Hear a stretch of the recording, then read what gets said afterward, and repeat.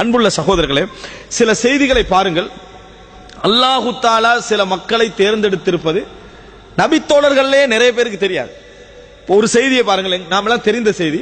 ரசூலுல்லாஹி ஸல்லல்லாஹு அலைஹி வஸல்லம் இந்த ஹுனைன் யுத்தத்தில் அந்த கனிமத்துக்கள் பகிர்ந்தளித்தார்களே, அந்த கனிமத்துக்கள் பகிர்ந்தளிக்கிற நேரத்தில் கண் முன்னால விளங்குது ரசூல் ஸல்லல்லாஹு அலைஹி வஸல்லம் ஒரு குரூப்புக்கு கூட கொடுக்கறாங்க, ஒரு குழுக்கு குறைய கொடுக்கறாங்க.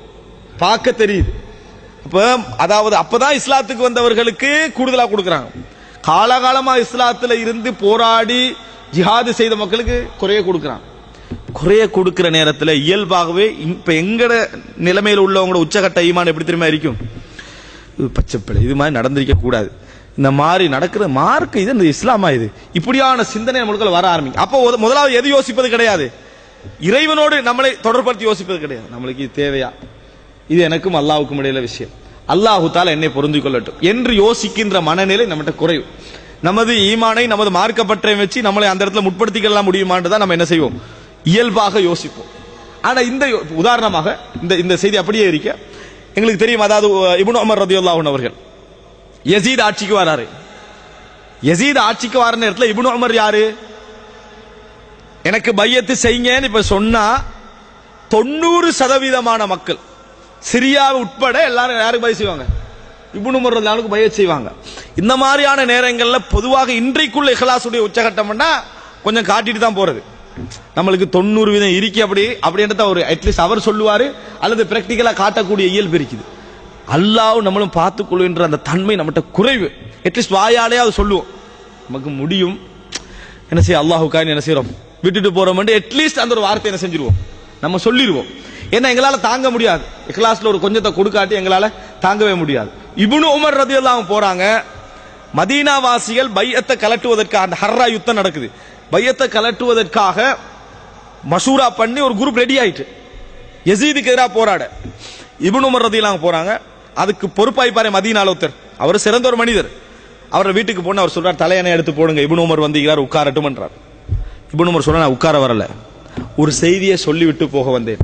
ரசூலுல்லாஹி ஸல்லல்லாஹு அலைஹி வஸல்லம் சொன்னார்கள், யுன்சபு யௌமல் கியாமத்தி லிகுல்லி காதிரின் லிவாஉன், நாளை மறுமையில ஒவ்வொரு மோசடிக்காரருக்கும் ஒரு கொடி நாட்டப்படும். யுகாலு ஹாதிஹி கத்ரத்து ஃபுலான், இது இன்னாளுடைய மோசடி என்று அந்த கொடியில் என்ன செய்யும், எழுதப்பட்டு அடையாளப்படுத்தப்படும். அதனால இந்த மாதிரி பையத்து செய்துவிட்ட பின்னால் இப்படி பையத்தை கலட்டிக் கொள்வது, இதைவிட ஒரு பெரிய மோசடியை நான் என்ன செய்யல, நான் காணவில்லை.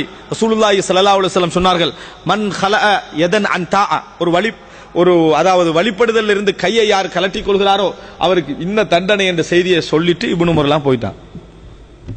இது நீங்க நினைக்கிறீங்களா இது முடியும் என்று சொல்லி? சாதாரண பள்ளி தலைவர் கூட்டம் நடந்தாலே உங்களுக்கு தெரியும், அதுல நாங்களும் இருக்கிறோம் நிரூபிக்கிறதுக்கு எவ்வளவு பேர் பாடுபடுவாங்கன்னு சொல்லி.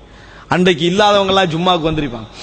ஒரு சாம்ராஜ்யம்னா மக்கா மதீனா இந்த சவுதி ஆட்சி மட்டுமல்ல, எல்லாம் சிரியா அந்த பகுதி இந்த பகுதி, ஆப்பிரிக்காவுடைய வட பகுதி, ஐரோப்பாவுடைய ஒரு பகுதி எல்லாம் சேர்த்து ஒரு சாம்ராஜ்ய தலைமை. அதுக்கு இப்னு உமர்லாம் சொன்ன வார்த்தை இது மோசடி, அந்த வார்த்தையை மட்டும்தான் சொல்லிட்டு என்ன செஞ்சாங்க, போனாங்க. இதுக்கெல்லாம் ஒரு பெரிய ஒரு மனபலம் தேவை. அல்லாஹு தஆலா கொடுப்பது, அல்லாஹு தஆலா கொடுப்பது. ஹுசைன் ரலியல்லாஹு அன்ஹு பார்த்து இப்னு உமர்லாம் சொல்றாங்க, வமா ஸரஃபஹ அல்லாஹு அன்கும் இல்லா லிகைர், அல்லாஹ் உங்களுக்கு இந்த ஆட்சியை கிடைக்காமலே ஆக்கி இருக்கிறான்னு சொன்னா அது உங்களோட கயிறுக்கு தான்றார். உங்களுக்கு இதுவரைக்கும் ஆட்சி கிடைக்கலையே, ரசூல் ஸல்லல்லாஹு அலைஹி வஸல்லம் பரம்பரையில் யாருக்கும் ஆட்சி கிடைக்கல, கிடைக்காமலே அல்லாஹ் ஆக்கினான்டா உங்களோட நலவுக்கு தான் ஆக்கிக்கிறான் அப்படின்னு ஞாபகப்படுத்துறார் இப்னு உமர் ரலியல்லாஹு அன்ஹு. நினைக்க முடியுமா ஒன்று கிடைக்காட்டி என்ன நலவுக்கு தான் சொல்லி, 1000 ரூபாய் கிடைக்காட்டி என்ன நலவுக்கு தான் சொல்லலாம், 1 லட்சம் கிடைக்காட்டி அதுக்கு ஒரு வேற விளக்கம் தான் நம்ம என்ன செய்வோம், இயல்புல யோசிப்போம்.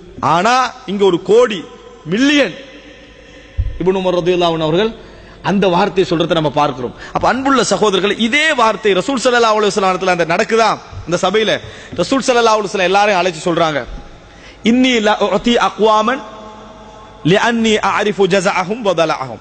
பதர்னாங்களே இப்ப ரசூலுல்லாஹ் சொல்றாங்க, நான் சில மனிதர்களுக்கு கொடுக்கிறேன், ஏன்னா அவர்களுடைய பதட்டம் எனக்கு தெரியும், கொடுக்காது விட்டால் அவங்க எவ்வளவு பதறுவாங்கன்னு தெரியும்.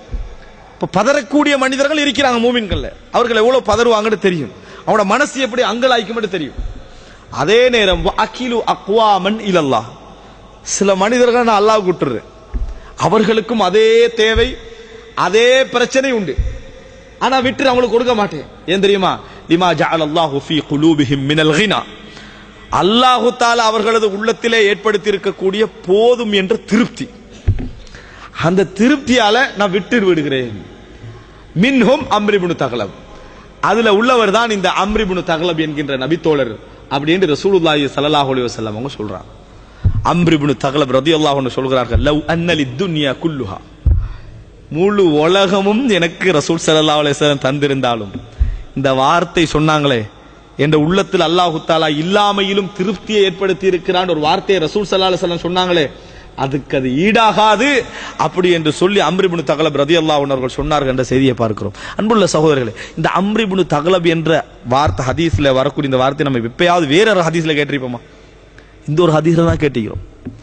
இந்த ஒரே ஒரு ஹதீஸ்ல தான் அம்ர் இப்னு தக்லபுடைய சிறப்பு சம்பந்தமாக வரும். ஆனா இதுக்கு ஈடான ஒரு சிறப்பு நினைச்சு பாருங்க. என்னுடைய சிறப்பு மின்ஹும் அம்ர் இப்னு தக்லப், அவருடைய திருப்திக்கு ஈடாக எதுவும் இல்லை அப்படின்னு ரசூலுல்லாஹ் சொல்லிட்டாங்க. அல்லாஹ் அப்படி ஆக்கி இருக்கிறான் அவருடைய உள்ளத்தை என்றாங்க. நம்ம துஆ கேட்கிறோம், அல்லாஹும்ம அஸ்அலுக்கல் ஹுதா வத்துகா வல் அஃபாஃப வல் கினா.